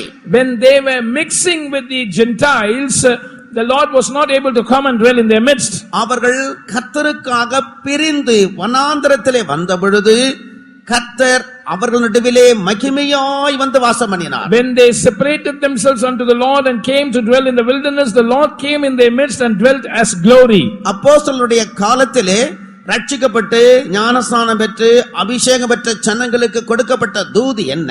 What was the message that was given to the people in the days of the apostles when they were saved, baptized and anointed? அநேக வார்த்தைகளை அவர்கள் சாட்சியாக கூறி, They witnessed to them through many words. மாறுபாடுள்ள இந்த சந்ததியை விட்டு விலகி உங்களை ரட்சித்துக் கொள்ளுங்கள் என்று புத்தி சொன்னார். And also exhorted them, save yourselves from this untoward generation. அப்ப பெந்தெகோஸ்தே நாளிலே பரிசுத்த பேதுரு பிரசங்கம் பண்ணின பொழுது அப்படி சொல்லுகிறதை நாம் அப்போஸ்தலர் நடபடிகள் 2ஆம் அதிகாரம் 40வது வசனத்திலே வாசிக்கிறோம். We read St. Peter mentioning this during his sermon on the day of Pentecost in Acts chapter 2 and verse 40. மாறுபாடுள்ள இந்த சந்ததியை விட்டு விலகி உங்களை ரட்சித்துக் கொள்ளுங்கள். Save yourselves by separating yourselves from this untoward generation. கர்த்தருடைய மேகம் வாசஸ்தலத்தை மூடிற்று. The cloud of the Lord covered the tent of the congregation. எப்பொழுது மேகம் அந்த வாசஸ்தலத்தை மூடிற்று என்று சொன்னால் அவர்கள் ஜாதிகளோடு கலவாமல் தனிமையாய் வந்து வாசம் பண்ணினார்கள். When did this glory of God or the cloud cover the tent of the congregation? We find that they did not mix with the Gentiles, but they dwelt alone. கர்த்தருடைய வருகையிலே மேகத்தை போல எடுத்துக்கொள்ளப்பட இருக்கிறதான பரிசுத்தவான்கள் அவர்கள் ஜாதிகளோடு கலவாமல் தனித்து வந்து வாசமாய் இருக்கிறார்கள். The saints who are going to be caught up flying away as the cloud during the coming of the Lord do not mingle themselves with the nations, but they dwell alone. அதனால்தான் தேவனுடைய சபையை குறித்து உன்னத பாட்டுகளிலே நாம் படிக்கிறோம். That is why we read about the church of God in the Song of Solomon. 4ஆம் அதிகாரம் 12ஆம் வசனத்தை வாசிக்கும் பொழுது Song of Solomon chapter 4 and verse 12, when we read, நீ அடைக்கப்பட்ட தோட்டம் என்று சொல்லுகிறார். he says you are a garden enclosed. தேவனுடைய சபை அடைக்கப்பட்ட தோட்டம். The church of God is a garden enclosed. கர்த்தருடைய வருகையில் எடுத்துக்கொள்ளப்படுகிறதான தேவனுடைய பிள்ளைகள் அவர்கள் அடைக்கப்பட்ட தோட்டத்தை போல இருக்கிறார்கள். The people of God, children of God who are to be caught up at the coming of the Lord are like an enclosed garden. மறைவு கட்டப்பட்ட நீரூற்று போல இருக்கிறார்கள். They are like a spring shut up. முத்திரிக்கப்பட்ட கிணற்றை போல இருக்கிறார்கள். And a fountain sealed. அவர்கள் கர்த்தருக்காக முற்றிலுமாக பிரிக்கப்பட்டவர்களாக இருக்கிறார்கள். They are totally separated unto the Lord. மறைவு கட்டப்பட்டவர்களாக அப்படி முத்திரிக்கப்பட்டவர்களாக வேறு விரிக்கப்பட்டவர்களாய் காணப்படுகிறார்கள். They are enclosed, shut up and sealed for the Lord. அகாஸ்வேரு ராஜாவின் நாட்களிலே ஆமான் ஒரு கூட்டம் ஜனங்களை குறித்து சாட்சி கொடுக்கிறான்.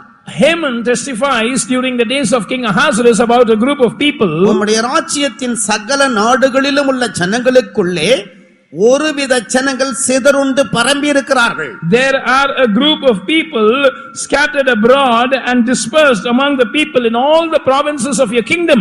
எஸ்தர் புஸ்தகம் 3ஆம் அதிகாரம் 8ஆம் வசனத்திலே அதை நாம் படிக்கிறோம். We read about that in the book of Esther chapter 3 and verse 8. உம்முடைய ராஜ்யத்தின் சகல நாடுகளிலும் உள்ள ஜனங்களுக்குள்ளே ஒருவித ஜனங்கள் சிதறுண்டு பரம்பி இருக்கிறார்கள். There is a certain people scattered abroad and dispersed among thy people in all the provinces of thy kingdom. அவர்களுடைய வழக்கங்கள் சகல ஜனங்களுடைய வழக்கங்களுக்கும் விகற்பமாயிருக்கிறது. And their laws or practices are diverse from all people.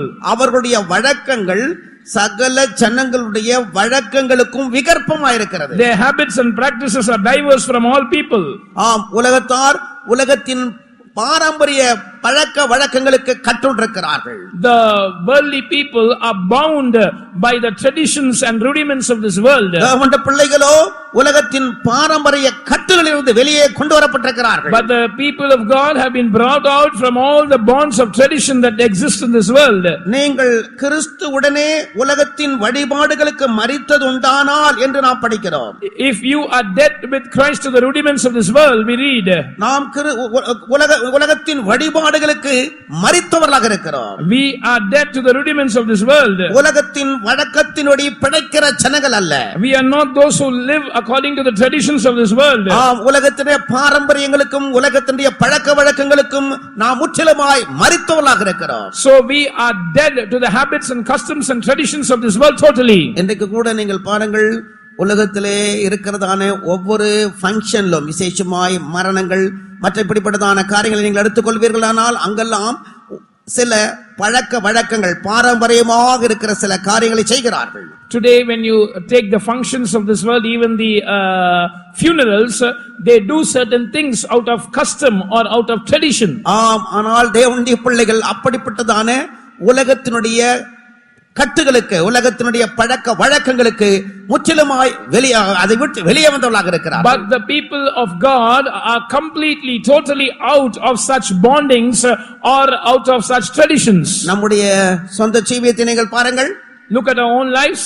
ஆம், பெந்தெகோஸ்தே ஜனங்களை பார்க்கும் பொழுது மற்றவர்கள் இவர்கள் உலகத்துக்கு விகற்பமான ஜனங்கள் என்று சொல்வார்கள். Looking at Pentecostal people, others say that they are diverse from the people of this world. உங்களுடைய முகத்தை பார்த்தாலே சொல்வார்கள் இவர்கள் என்ன வித்தியாசமா இருக்கிறார்கள் என்று சொல்வார்கள். Just by looking at your face they will say, oh, they look very different. உங்களுடைய Dress பார்த்தாலே சொல்வார்கள் இவர்கள் என்ன விகற்பமா இருக்கிறார்கள் என்று சொல்வார்கள். Just by looking at your dress they will say, why they look so different. ஆம், இங்கே ஒரு சகோதரி சில வருடங்களுக்கு முன்னதாக பாரதியார் யுனிவர்சிட்டியிலே படித்துக் கொண்டிருந்தார்கள். A sister was studying in Bharatiyar University before certain years. அவள் நன்றாக படிக்கக்கூடிய ஒரு சகோதரி. She was a sister who was good in studies. அந்த நாட்களிலே அவர்கள் அதிகமான மார்க்குகள் வாங்கி இந்த யுனிவர்சிட்டியிலே கோல்டு மெடல் வாங்கினார்கள். She secured good marks and got a gold medal in the university. அவர்கள் PhD பண்ணி கொண்டிருந்தார்கள். She was doing her PhD. அப்பொழுது அந்த அவார்டு வாங்கின நேரத்திலே அவர்கள் கர்த்தரிடத்திலே இப்படி சொன்னார்கள். When she got that award, she told the Lord, எல்லாரும் மிகவும் விலை உயர்ந்த வஸ்திரங்களை அணிந்து அந்த ஃபங்க்ஷனுக்கு வருவார்கள். everyone will come wearing costly robes to that function. அந்த கான்வொகேஷன் அந்த டேல இவர்கள் ஒயிட்ல சாதாரண எளிய உடையிலே நான் போய் அந்த அவார்டை வாங்குவேன் என்று தீர்மானம் பண்ணினார்கள். She made a decision that during the day of convocation I will go in a very simple dress clad in white and receive my award. அப்படித்தான் அவ்வளவு ஜனங்கள் மத்தியிலே மிகவும் படித்த அந்த அவர்கள் மத்தியிலே மிக எளிமையான ஒரு உடையை உடுத்தி அந்த அவார்டை அவர்கள் பெற்றுக்கொண்டார்கள். And she did likewise a simple white cloth she was wearing during her day of convocation amongst the great crowd. இதே கவுண்டம்பாளையத்தில் ஒரு கல்யாணம் நடந்தது. Gaundambalayam, a marriage took place. Pastor P.M. Thomas அவர்கள் வந்து அந்த கல்யாணத்தை நடத்தி கொடுத்தார்கள். Pastor P.M. Thomas came to solemnize that wedding. அந்த தம்பி யுஎஸ்ல வேலை செய்து கொண்டிருந்தார். That brother was working in the US. அந்த கல்யாணத்திலே அவருடைய Dress பார்த்தால் சாதாரண ஒரு வேஷ்டியும் சாதாரண ஒரு வெள்ளை சட்டையுமா இருந்தது. His wedding garment, if you see it, it was an ordinary white shirt and an ordinary vesti. அவருடைய பட்டத்தை அவருடைய படிப்பை கேட்டால் 2 PhD முடித்திருந்தார். But if you look at his education, he had done a double PhD. MS பண்ணி எத்தனை MS பண்ணி இருக்கிறார், நிறைய பட்டம் போட்டு வச்சிருக்கிறார். He has done many MS. He has got a lot of degrees behind his name. அவர் யுனிவர்சிட்டியில ப்ரொஃபசராக வேலை செய்து கொண்டிருக்கிறார். He is working as a professor in a university. Pastor PM Thomas எனக்கு என்னிடத்தில் சொன்னார், அந்த தம்பியோட பேரை ஒன்னு கேட்டு எழுதி கொடு என்று சொன்னார். Pastor PM Thomas told me that day, ask the name of that Thambi and give it to me. இவ்வளவு படித்ததான ஒரு தம்பி விவாக நேரத்தில் எவ்வளவு எளிமையாக வந்து உட்கார்ந்திருக்கிறார் என்று சொல்லி அவர் ஆச்சரியப்பட்டார். He wondered, saying that this boy who is much educated is seated in a very simple dress in the wedding. உலகத்திலே விகற்பமானவர்கள், Those are different from the world. உலக ஜனங்கள் மத்தியிலே இயேசுவை உயர்த்தி காட்டும்படியாக வேறுபாட்டின் ஜீவியம் செய்கிற பரிசுத்தவான்கள். Those are saints who are living a life of separation in order to lift Jesus in the world.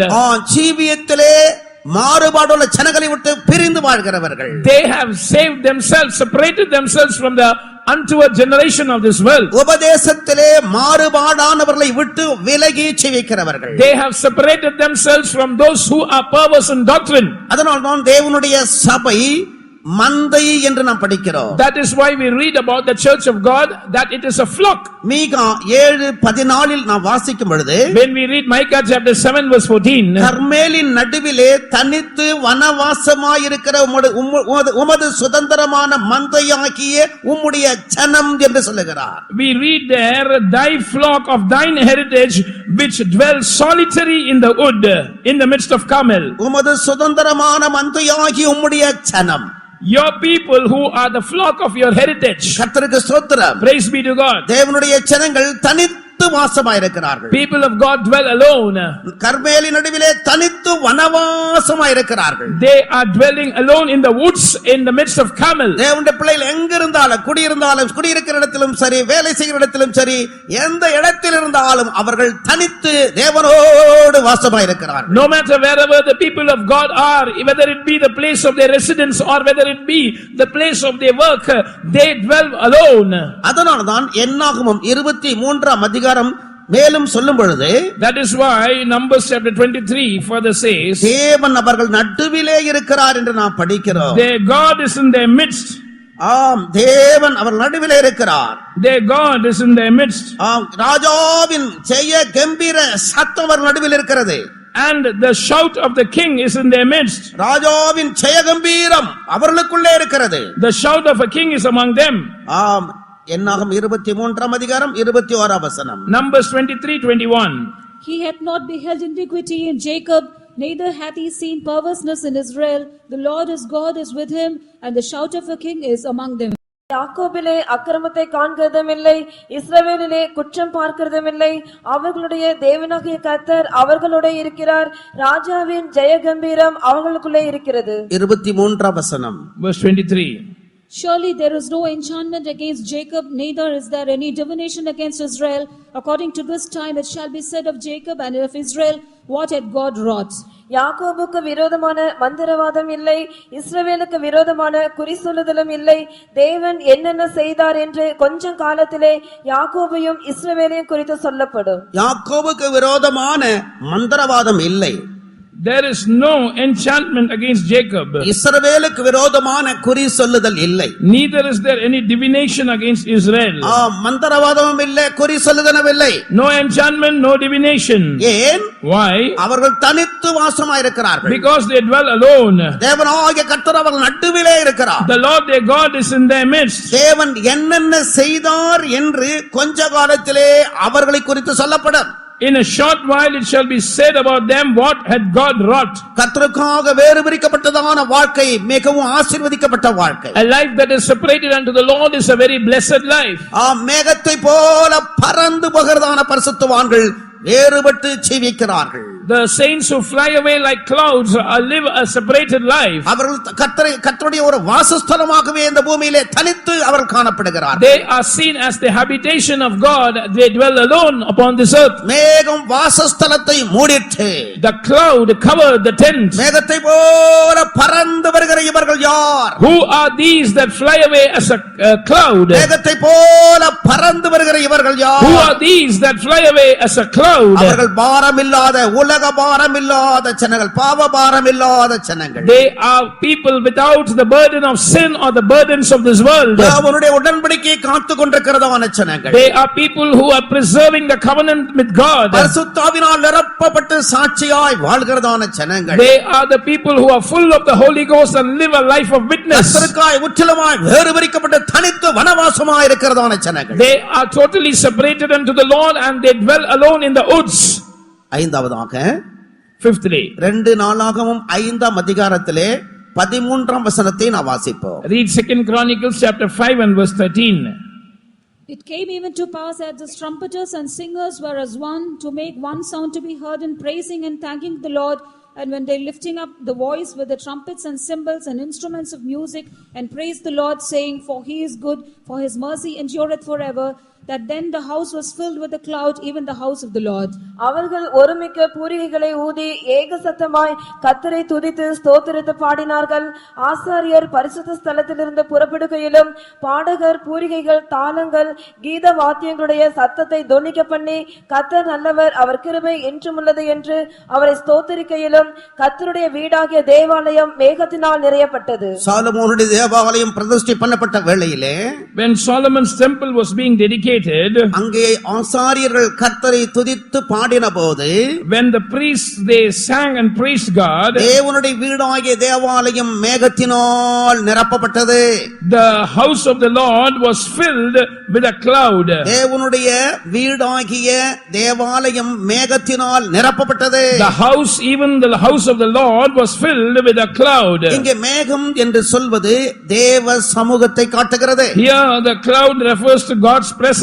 கர்த்தருடைய வருகையில் எடுத்துக்கொள்ளப்படுகிறதான பரிசுத்தவான்கள், Saints of God who are to be caught up at the coming of the Lord, அவர்கள் எப்போதும் தேவ சமூகத்திலே இருக்கிறவர்களாக காணப்படுகிறவர்களாக இருக்கிறார்கள். they are always seen to be in God's presence. எங்கு போனாலும் தேவ சமூகத்தை காத்துக் கொண்டவர்களாக இருக்கிறார்கள். Wherever they go, they maintain the presence of God. எங்கு போனாலும் தேவ சமூகத்தை சுமந்து கொண்டு போகிறார்கள். Wherever they go, they carry the presence of God with them. தேவ சமூகத்தை விட்டு விலகி ஓடுகிறவர்கள் அல்ல, They are not those who run away from the presence of God. தேவ சமூகத்திலே இருக்கிறவர்களாக இருக்கிறார்கள். They are those who remain in the presence of God. யோனா புஸ்தகத்தில் 1ஆம் அதிகாரம் 3ஆம் வசனத்தை வாசிக்கும் பொழுது, When we read in the book of Jonah chapter 1 and verse 3, யோனாவை குறித்து படிக்கிறோம், அவன் கர்த்தருடைய சந்நிதியிலிருந்து விலகி ஓடினான். we read about Jonah that he departed and fled the presence of God. அநேக கர்த்தருடைய சமூகத்தை விட்டு விலகி ஓடுவதற்கு காரணம் என்ன? What is the reason many depart from the presence of God and flee away?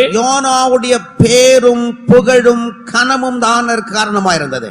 The name and fame and honor of Jonah was the reason for that. உலகத்திலே பேரும் புகழும் கனமும் மகிமையும் விரும்புகிறதான மனுஷன் தேவ சமூகத்திலே இருக்க முடியாது. A man who desires name and fame and honor and praise in this world cannot remain in God's presence. உலகத்தின் அந்த மகிமையையும் பேரையும் புகழையும் கனத்தையும் வெறுத்ததான ஒரு மனுஷன் தான் தேவ சமூகத்திலே இருக்க விரும்புகிறார். Only a man of God who has hated name and fame and glory and honor of this world desires to be in his presence. எலியா இஸ்ரவேலின் தேவனாகிய கர்த்தருக்கு முன்பாக நிற்கிறான் என்று சொல்லுகிறார். Elijah says about himself, the Lord God before whom I stand. கர்த்தருடைய சமூகத்திலே நிற்கிற நான் என்று சொல்லுகிறார். He says, the Lord God before whose presence I stand. அதனால்தான் எலியா சுழல் காற்றிலே கர்த்தரிடத்திலே ஏறி போனான். That is why Elijah ascended up to the Lord in a whirlwind. தேவ சமூகத்தில் இருக்கிறதான பரிசுத்தவான்கள், Saints of God who remain in God's presence, மேகத்தை போல கர்த்தருடைய வருகையிலே பறந்து போவார்கள். they will fly at the coming of the Lord like a cloud. காயினை குறித்து நாம் படிக்கிறோம். We read about David.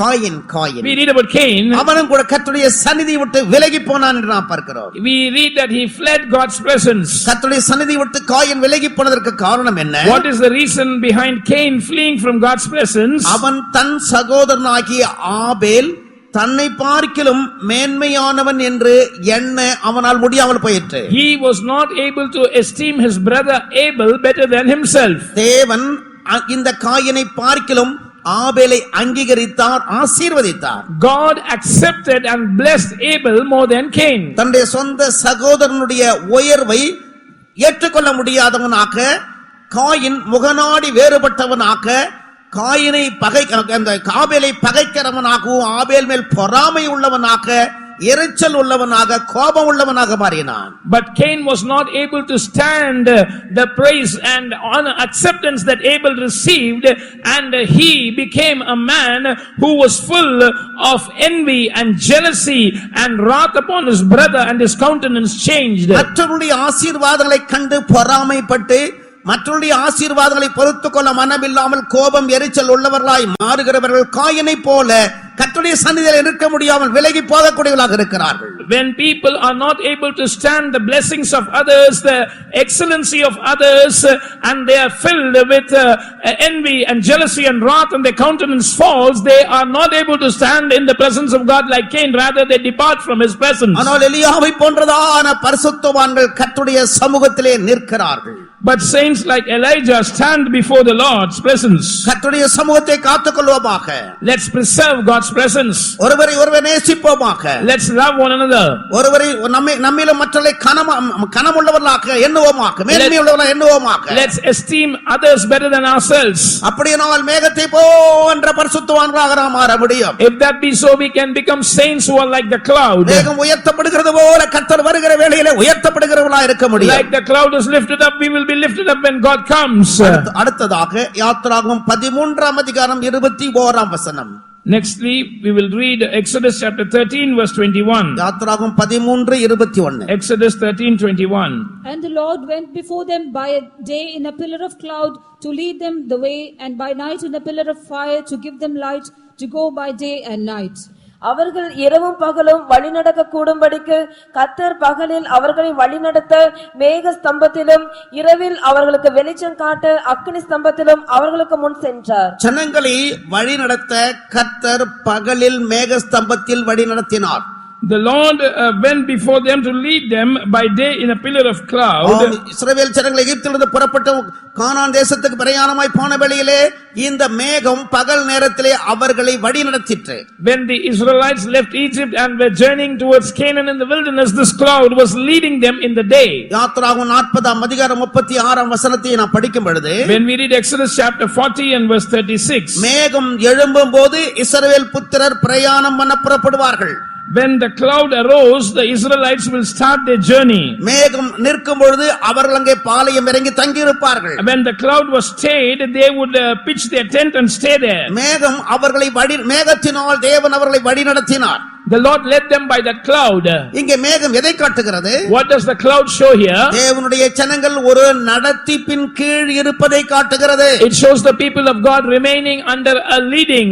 ஆம், நடத்திப்பின் கீழ் இருப்பதை காட்டுகிறது. It shows people of God remaining under a leading. நாம் நம்முடைய சொந்த விருப்பப்படி செய்ய நாம் விரும்பாமல், we should not desire to do according to our own will. எல்லாவற்றையும் ஒரு நடத்துதலின் கீழ் இருந்து நாம் செய்ய பழகும் பொழுது, when we practice to do everything being under a leading, இஸ்ரவேல் ஜனங்கள் மேகத்தினால் நடத்தப்பட்டது போல நாமும் கூட அப்படி நடத்தப்படுவோம். just like the children of Israel were led by that cloud, we will also be led. அதனால்தான் உங்களை நடத்துகிறவர்கள் உங்களுடைய ஆத்துமாக்களுக்காக உத்தரவாதம் பண்ணுகிறவர்களாய் விழித்திருக்கிறபடியினால், because they that have rule over you watch over your souls as they that have to give account. அவர்கள் துக்கத்தோட அல்ல சந்தோஷத்தோட அதை செய்யும்படி அவர்கள் கீழ்ப்படிந்து அடங்குங்கள் என்று நாம் படிக்கிறோம். Be subject and obedient unto them, so that they will not do it with sorrow but with joy. நடத்திப்புக்கு நாம் கீழ்ப்படிந்து சந்தோஷத்தோட கீழ்ப்படியும் பொழுது, when we happily obey to the leading, ஆம், சித்தி பெறுவீர்கள், you will prosper, ஆசீர்வதிக்கப்படுவீர்கள், you will be blessed. 2 நாளாகமம் 20ஆம் அதிகாரம் 20ஆம் வசனம் அதை சொல்லுகிறது. Second Chronicles chapter 20 and verse 20 speaks about that. கர்த்தரை நம்புங்கள், trust the Lord, அப்பொழுது நிலைப்படுவீர்கள், then you shall be established. அவருடைய தீர்க்கதரிசிகளை நம்புங்கள், trust his prophets, அப்பொழுது சித்தி பெறுவீர்கள், and then you shall prosper. அதனால்தான் அந்த மக்கதோனியா சபை நாட்டு சபைகளுக்கு சொல்லுகிற வேளையிலே, saying writing to the Macedonian churches, தேவனுடைய சித்தத்தினாலே அவர்கள் முதலாவது தங்களை தாமே கர்த்தருக்கு கொடுத்தார்கள். by the will of God they first of all gave themselves to the Lord, பின்பு அவர்கள் எங்களுக்கு ஒப்பு கொடுத்தார்கள் என்று பரிசுத்த பவுல் சொல்லுகிறார். and then to us by the will of God, says St. Paul. தேவனுடைய ஜனங்கள் முதலாவது கர்த்தருடைய கரத்திலே கொடுக்கிறோம். people of God, first of all we give ourselves into the hands of God. இரண்டாவது நம்மை நடத்தும்படியாய் பரிசுத்தவான்கள் கையிலே கொடுக்கிறோம். secondly, to lead us we give us into the hands of the saints. பேதுரு சொல்லும் பொழுது, when St. Peter says, 1 பேதுரு 5:6 இப்படி வாசிக்கிறோம். we read this in 1 Peter chapter 5 and verse 6. தேவனுடைய பலத்த கரத்திலே அடங்கியிருங்கள், subject and remain under the mighty hand of God, அப்பொழுது தேவன் உங்களை ஏற்ற வேளையிலே உயர்த்துவார் என்று நாம் படிக்கிறோம். then the Lord will exalt you in due time. ஆம், தேவன் நம்மை உயர்த்துகிற தேவன். The Lord exalts us. தேவன் நம்மை உயர்த்துகிற தேவன். The Lord is one who exalts us. ஆம், யார் கர்த்தருடைய கரத்தில் அடங்கி இருக்கிறார்களோ, Those who are subject under the hands of God, யார் நடத்துகிறவருடைய கரத்தில் அடங்கி இருக்கிறார்களோ, those who are subject under the hands of the leaders, அவர்களை தேவன் ஏற்ற வேளையிலே உயர்த்துகிற தேவனாக இருக்கிறார். the Lord will exalt them in due time. ஆனபடினாலே எப்போதுமே மேகத்தின் கீழாக இருப்போமாக. So let us always remain under the cloud. மேகத்தினால் நடத்தப்படுவோமாக. Let us be led by the cloud. கர்த்தர் வருகிற வேளையிலே மேகத்தை போல பறந்து போகும்படியாக இந்த மேலான அனுபவத்துக்குள்ளே கடந்து வருவோமாக. When the Lord comes so that we might fly away as a cloud, let us come into this high experience. மேகத்தை போலவும், Like the cloud. அடுத்து நாம் படித்தோம், What did we read next? புறாக்களை போல பறந்து வருகிற இவர்கள் யார்? And as doves, who are these that come flying? புறாக்களை போல பறந்து வருகிற இவர்கள் யார்? Who are these that come flying as a dove? புறாவின் ஒரே ஒரு தன்மையை நான் கூறி இப்பொழுது முடிக்க போகிறேன். I'm going to mention one character of the dove and finish. உன்னத பாட்டுகளின் புத்தகம் 6ஆம் அதிகாரத்திலே In Song of Solomon chapter 6, 8, 9 வசனங்களை நான் வாசிக்கும் பொழுது, when we read verses 8 and 9, There are 80 queens and 80 concubines and virgins without number. My dove, my undefiled, is but one. She is the only one of her mother. She is the choice one of her that bare her. The daughters saw her and blessed her. Yea, the queens and the concubines, and they praised her. ராஜஸ்திரீகள் 60 பேரும் மறுமனையாட்டிகள் 80 பேரும் உண்டு. கன்னியருக்கு தொகையில்லை. என் புறாவோ என் உத்தமையோ ஒருத்தியே. அவள் தன் தாய்க்கு ஒரே பிள்ளை. அவள் தன் இங்கே என் புறாவோ என் உத்தமியோ ஒருத்தியே என்று நாம் படிக்கிறோம். here we read, my dove, my undefiled is one. மேகத்தை போலவும் புறாக்களை போலவும் பறந்து வருகிற இவர்கள் யார்? Who are these that come flying as the cloud and as doves? ராஜஸ்திரிகள் 60 பேர், The queens are 60 மறுமனையாட்டிகள் 80 பேர், and the concubines are 80, கன்னியருக்கு தொகை இல்லை. and the virgins are without number. ராஜஸ்திரிகள் என்றால் The queens means எல்லா உபதேசத்திலும் எல்லா அறிவிலும் சம்பூர்ணமாக்கப்பட்டவர்கள். they are perfect in all the knowledge and all the doctrine. யாதொரு வரத்திலும் குறைவற்றவர்களா இருக்கிறவர்கள். They come behind in no gift. சபையிலே ரட்சிக்கப்பட்ட ஜனங்கள் மத்தியிலே ராஜஸ்திரியை போல எல்லாராலும் கனப்படுத்தப்படக்கூடியவர்கள். They are being honored by God in the church by everyone like the queens. அவர்கள் 60 பேர். They are 60. மறுமனையாட்டிகள் 80 பேர். And the concubines are 80. இவர்கள் புருஷனை நேசிக்கலாம், They can love their husband, என்றாலும் அவர்களுக்கு பூரண சுதந்திரம் இல்லை. but they don't have a complete freedom. யோவான் சனன் மணவாளனின் தோழன் என்று சொல்லுகிறார். John the Baptist calls himself as the bridegroom's friend. பழைய ஏற்பாட்டு பரிசுத்தவான்களை குறித்து அப்படி நாம் படிக்கிறோம். We read about that concerning the Old Testament saints. 60 80 நாம் படிக்கிறோம். They are 60 and 80. கன்னியர்கள் இரத்த சாட்சிகளாய் மரிக்கிறவர்களுக்கு தொகையே இல்லை.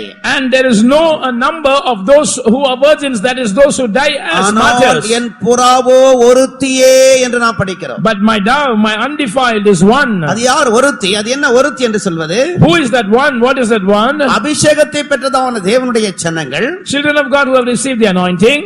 ஒரு நடத்திப்பின் கீழ் வந்து சொந்த சித்தம் செய்யாமல் முற்றிலுமாய் சித்தத்தை பலியாக்கி தேவ சித்தத்துக்கு ஒப்பு கொடுக்கும் பொழுது, When they come under a guidance, not doing their own will, when they sacrifice their own will, தேவ சித்தம் செய்கிறதினாலே ஒன்றாக்கப்படுகிறார்கள். they are made one by doing the will of God. தேவ சித்தத்தின் நிமித்தமாக ஒன்றாக்கப்படுகிறார்கள். They are made one by the will of God. அதனால் தான் இன்றைய வரையிலேயும் தேவனுடைய சபை ஒரே நடத்திப்பின் கீழே இருக்கிறது. That is why till today the church of God is under one guidance. நம்முடைய நடத்திப்புக்காரர் என்ன சொல்லுகிறார்களோ அதை அப்படியே செய்யும்படியாக நாம் ஒரே மனமுடையவளாய் ஒரே இறுதி உடையவளாக புறாவோ ஒருத்தியே என்று சொல்லப்பட்டது போல கர்த்தருடைய வருகையில் எடுத்துக் கொள்ளப்படும்படி ஒன்றாக்கப்பட்டவர்களாக இருக்கிறோம். We are all made ones, like it is said about the dove, that my dove, my undefiled is but one. We are all made one in order to do what the leaders say, what the guidance is told. அபிஷேகம் பண்ணப்பட்டதான தேவஜனங்களை ஒன்றாக்குகிறதான ஊழியத்தை தான் அப்போஸ்தலருடைய கையிலே கர்த்தர் ஒப்புக் கொடுத்தார். God handed over the ministry of making the anointed people of God as one into the hands of the apostles. அபிஷேகம் பெற்றதான தேவனுடைய ஜனங்களை ஒன்றாக்கும்படியான ஒரு உபதேசத்தை அப்போஸ்தலருடைய கையில ஒப்புக்கொடுத்தார். God gave into the hands of the apostles the doctrine to make one the people of God who are anointed. ஆம், நாம் ஒன்றாய் இருக்கிறது போல பிதாவே இவர்கள் ஒன்றாய் இருக்கும்படி என்று இயேசு தம்முடைய பிதாவை நோக்கி வேண்டிக் கொள்கிறார். Jesus is praying to his Father, Father, as we are one, that they may also be one. நாம் ஒன்றாய் இருக்கிறது போல இவர்கள் ஒன்றாய் இருக்கும்படி நீர் எனக்கு தந்த மகிமை இவர்களுக்கு நான் கொடுத்தேன். So that they may be one even as we are one, the glory which thou gavest me I have given unto them. ஆம், இந்த மகிமை அபிஷேகத்தை தேவன் ஏன் கொடுத்திருக்கிறார்? Why has God given this glory, that anointing? நாம் ஒன்றாக்கப்பட வேண்டும். So that we might be made one. ஒன்றாக்கப்படாவிட்டால் If we are not made one, ஆம், கர்த்தருடைய வருகையிலே புறாவை போல பறந்து போக முடியாது. we cannot fly away at the coming of the Lord like a dove. அதனால்தான் நமக்குள்ள எந்த வித்தியாசமும் கிடையாது. That is why there is no difference amongst us. கருத்து வித்தியாசமும் கிடையாது. No difference of opinion. முற்றிலுமாய் சித்தத்தை பலியாக்கி தேவ சித்தம் செய்கிறதினால் ஒன்றாக்கப்பட்டவர்களாக இருக்கிறோம். We have completely sacrificed our will and we have been made one by doing the will of God. கர்த்தருக்கு ஸ்தோத்திரம். Praise be to God. இந்த புறாவை குறித்து ஆதியாகமம் 8ஆம் அதிகாரம் 5ஆம் வசனத்திலிருந்து வாசிக்கும் பொழுது, when we read from Genesis chapter 8 verse 5 onwards about this dove, நோவாவின் பேழையிலிருந்து வெளியே விட்டதான புறாவை குறித்து நாம் படிக்கிறோம். we read about a dove that was sent out from the ark of Noah. முதலாவது நோவா தண்ணீர் ஜலம் வடிந்து போயிட்டா என்று பார்ப்பதற்காக காகத்தை வெளியே விட்டார். First of all, Elijah let out a raven in order to see whether the waters has diseased. காகம் போகிறதும் வருகிறதுமா இருக்கிறது. The raven was going out, coming in, it was continuing like that. நோவாவின் பேழை தேவனுடைய சபைக்கு அடையாளமாக இருக்கிறது. The Noah's ark is a shadow of the church. காகம் போகிறதும் வருகிறதுமா இருக்கிறது. The raven was going out and coming in continually. போனா சில வேளை அங்கே தங்கிடும். Sometimes it would stay out. காகத்துக்கு அந்த வெளியே போய் தங்குவதற்கு இடம் இருக்கிறது. It has a space where it can stay when it goes out. ஆனால் அவன் புறாவை விட்ட பொழுது, But when he let out the dove, உள்ளங்கால் வைத்து இளைப்பாற இடம் காணாமல் திரும்ப பேழைக்குள் வந்து விட்டது. it came back into the ark because it could not find a place where it could rest its feet. காகம் வெளியே போய் இளைப்பாறுகிறது. The dove is resting outside. அநேகர் அப்படிதான் வருகிறதும் போகிறதுமாக இருப்பார்கள். Many people will keep coming in and going out. உலகத்தில் இருக்கிற சிற்றின்பங்களிலே, உலக வேஷங்களிலே, ஆடம்பரங்களிலே இளைப்பாறும்படியாய் உலகத்திலே போய் தங்கி விடுவார்கள். They will go and stay in the world so that they can rest in the pleasures of this world and in the fashions and worldliness. ஆனால் இந்த புறாவுக்கு உலகத்திலே இளைப்பாறுதல் கிடையாது. But this dove has no rest in this world. அது பேழையிலே திரும்ப வருகிறது. It comes back into the ark. உலக சிநேகம் தேவனுக்கு விரோதமான பகை என்று திருவசனத்திலே நாம் படிக்கிறோம். We read in the word of God that the friendship of this world is enmity with God. புறாவுக்கு உலகத்திலே இளைப்பாற இடமில்லை. So the dove has no place to rest in this world. 7 நாள் பொறுத்து மீண்டுமாய் புறாவை வெளியே விட்டார். 7 days later he let out the dove again. அது திரும்ப வரவே இல்லை. It did not come back. அதுதான் சபையிலிருந்து எடுத்துக்கொள்ளப்பட்டு மரித்த கட்டடத்திலே போயிருக்கிற பரிசுத்தவான்கள் நிழலாட்டமா இருக்கிறது. That is a shadow of saints who have died and they have gone to be with the Lord. நம்முடைய கர்த்தராகிய இயேசு கிறிஸ்து வானத்திலிருந்து இறங்கி வரும்போது, when the Lord Jesus Christ shall come from heaven, ஆம், கிறிஸ்துவுக்குள் மரித்த பரிசுத்தவான்களை தம்மோடு கூட அழைத்துக் கொண்டு வருவார். he will bring along with him saints who have died in Christ. பின்பு உயிரோடு இருக்கும் நாமும் அவர்களை எதிர்கொண்டு போகும்படியாக எடுத்துக் கொள்ளப்படுவோம். Then we who are alive and remain will be caught up to be with them.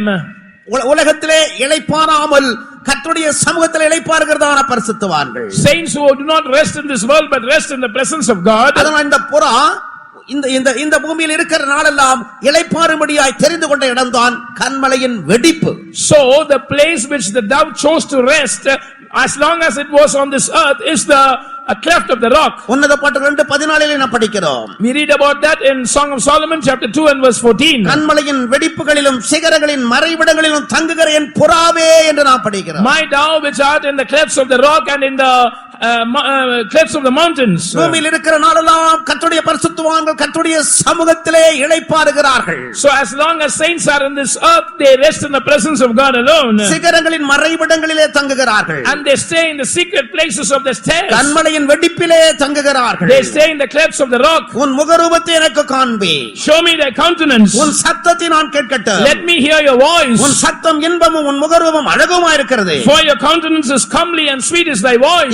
இப்படிப்பட்ட புறாக்களை போன்ற பரிசுத்தவான்களே, such saints who are like the doves, இனிமேல் உலகத்தில் சம்பவிக்க போகிற கொடிய காரியங்களுக்கு தப்பி they will escape the terrible things that are going to come to pass in this world hereafter. மனுஷகுமாரனுக்கு முன்பாக And they will stand before the Son of Man. நிற்க பாத்திரவான்களாயிருக்கும்படி எப்பொழுதும் விழித்து ஜெபித்துக் கொண்டிருக்கிறார்கள். They are watching and praying always so that they will be accounted worthy to stand before the Son of Man. இயேசு வருவார்.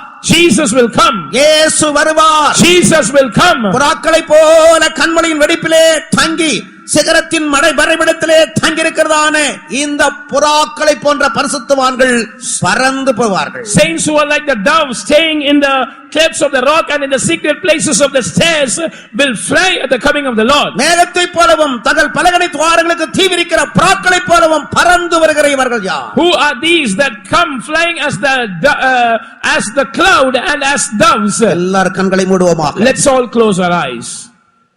முழங்கால்களை முடக்குவோமாக. Let's bend our knees. கண்களை மூடி கர்த்தருக்கு ஒப்பு கொடுப்பீர்களாக. Close your eyes, surrender yourselves to the Lord. மேகத்தை போல புறாக்களை போல பறந்து போகக்கூடிய நாள் மிகவும் நெருங்கி வந்து கொண்டிருக்கிறது. The day is coming fast when we are going to fly like the cloud and as doves. அந்த நாளுக்காக சபையை ஆயத்தமாக்கிக் கொண்டே இருக்கிறார். The Lord is continually preparing the church for that day. அநேக பரிசுத்தவான்கள் பரிசுத்தமாக்கப்பட்ட கர்த்தரிடத்திலே போய் சேர்ந்து கொண்டே இருக்கிறார்கள். Many saints are being sanctified and they are reaching God's presence. உயிரோடு இருக்கிற நாம் கர்த்தரை சந்திக்கும்படி ஆயத்தப்படுகிறோம். We who are alive are getting ready to meet the Lord. எந்த பாரத்தோடு தேவ சமூகத்திலே வந்திருக்கிறீர்கள்? With what burden have you come to God's presence? எந்த பாரம் உங்களை அழுத்திக் கொண்டிருக்கிறது? What burden is pressing you? எல்லா பாரத்தையும் தள்ளிவிடும்படியாய் கர்த்தருடைய அபிஷேகத்துக்கு இடம் கொடுப்போமா? Let's give room to the anointing of the Lord to cast away every burden. அபிஷேகம் நுகங்களை முறித்து போடும். Anointing will break the yoke. உங்களுடைய கவலை பாரங்களை அபிஷேகம் மாற்றிவிடும். Anointing will change all your burden and cares. இளைப்பாறுதலுக்குள்ளே அது உங்களை கொண்டு வரும். It will bring you into a rest. ஆவியானவர் இடம் கொடுப்போமாக. Let's give room to the Holy Spirit. இதுவே இளைப்பாற பண்ணத்தக்கதான இளைப்பாறுதல். This is the rest wherein we may cause the weary to rest. சரியானிகள் சத்தத்தை வச்சு அந்நிய பாஷை பேசும் பொழுது, when you lift up your voices and speak properly in unknown tongues, எல்லா பாரமும் உங்களை விட்டு உருண்டு ஓடி போய்விடும். all burdens will be rolled away from you. நிரப்பப்படுவோமாக. Let's be filled. Hallelujah hallelujah hallelujah hallelujah.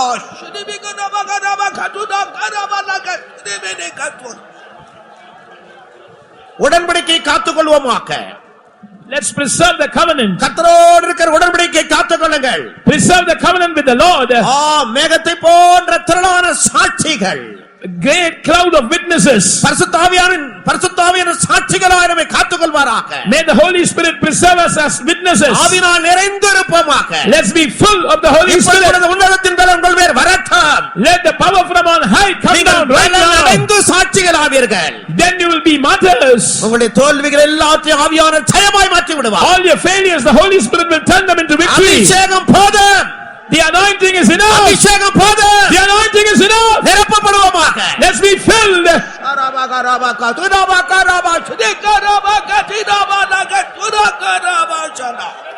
Hallelujah.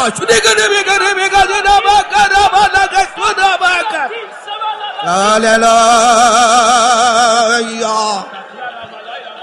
மேகம் வாசஸ்தலத்தை மூடிற்று. The cloud covered the tent of the congregation. ஆம், இந்த வாசஸ்தலம் தனித்து இருந்தது. This tent was staying. கர்த்தருக்காக வேறுபிரியுங்கள். Separate yourself unto the Lord. தேவத்தின் ஜீவியத்தை காத்துக்கொள்ளுங்கள். Preserve the life of separation. உலக பழக்க வழக்கங்களை விட்டு வெளியே வாருங்கள். Come out of the rudiments of this world. உலகத்துக்கு விகற்பமாய் காணப்படுங்கள். Be separated from the world. தனித்து வாசமாயிருங்கள். Dwell alone. கர்த்தரோடு கூட இருப்பார். The Lord will be with you. எல்லா மந்திரவாத சக்திகள் அழிக்கப்பட்டு போய்விடும். All powers of witchcraft will be broken and destroyed. மேகம் உங்களை மூடுவதாக. Let the cloud cover us. கர்த்தருடைய மகிமை உங்களை நிரப்பட்டு. Let the glory of God fill us.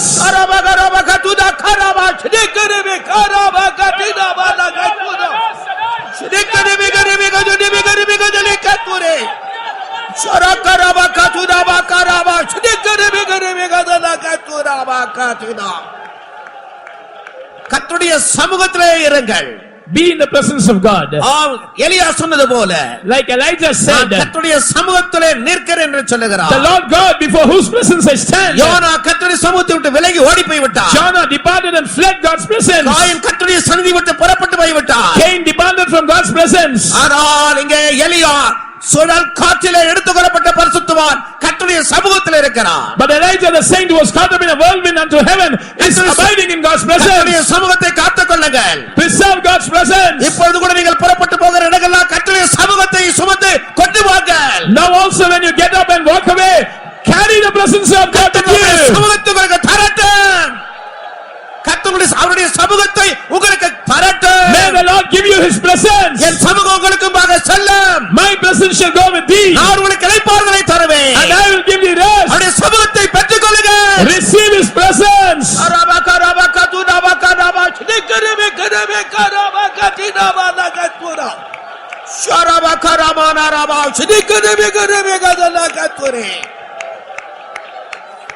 மேகத்தினால் நடத்தப்படுவோமாக. Let's be led by the cloud. நடத்திப்பின் கீழே இருப்பதை விரும்புவோமாக. Let us decide to be found under the leading. நடத்துகிறவனை துக்கப்படுத்தாதபடி தீர்மானம் பண்ணுங்கள். Make a decision that you will not grieve those who lead you. தேவ சித்தத்துக்கு ஒப்புக்கொடுங்கள். Yield yourself to God's will. உங்களுடைய சித்தத்தை பலியாக்குங்கள். Sacrifice your own will. உங்களுடைய சித்தத்தை பலிபீடத்தில் வையுங்கள். Lay your will on the altar. கர்த்தருடைய அபிஷேகம் இறங்கட்டும். Let the anointing of God descend. தேவ சித்தம் செய்து ஒன்றாக்கப்படுவோமாக. Let's do the will of God and be made one. எல்லா பகைகள் விரோதங்கள் ஒழிந்து போகட்டும். Let all hatred எல்லா and பிரிவினைகள் ஒழிந்து போகட்டும். divisions be destroyed. எல்லா பிரிவினைகள் ஒழிந்து போகட்டும். Let all divisions be destroyed. புறாக்களை போல பறந்து வருகிற இவர்கள் யார்? Who are they who come flying as the doves? N புறாவோ ஒருத்தியே. My dove is but one. ஒன்றாக்கப்பட